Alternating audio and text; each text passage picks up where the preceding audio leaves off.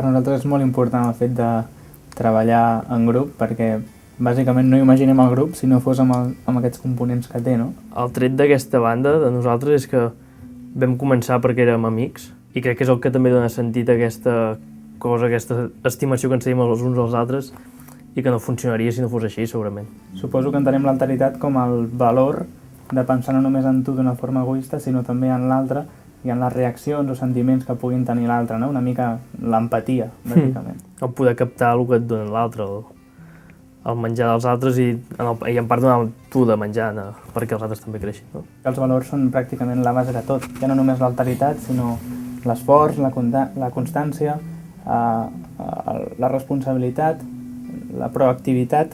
I per sort ens hem educat en un lloc on un territori, un d'això és que transmet com a mínim una estimació cap als altres, un respecte, que vulguis o no, un dia més, un dia menys, però que sempre tens un pensament obert per intentar tirar endavant. Els nostres concerts, com explica en Marc, són el nostre exemple d'alteritat, no? Perquè no destaques una figura, sinó que sense nosaltres 5, allò no podria sonar així de cap de les maneres. És impossible, sense aquesta alteritat que dèiem abans, seria impossible tocar en directe com ho fem i apropar a la gent o fer sentir a la gent, al públic, el que realment els hi volem transmetre.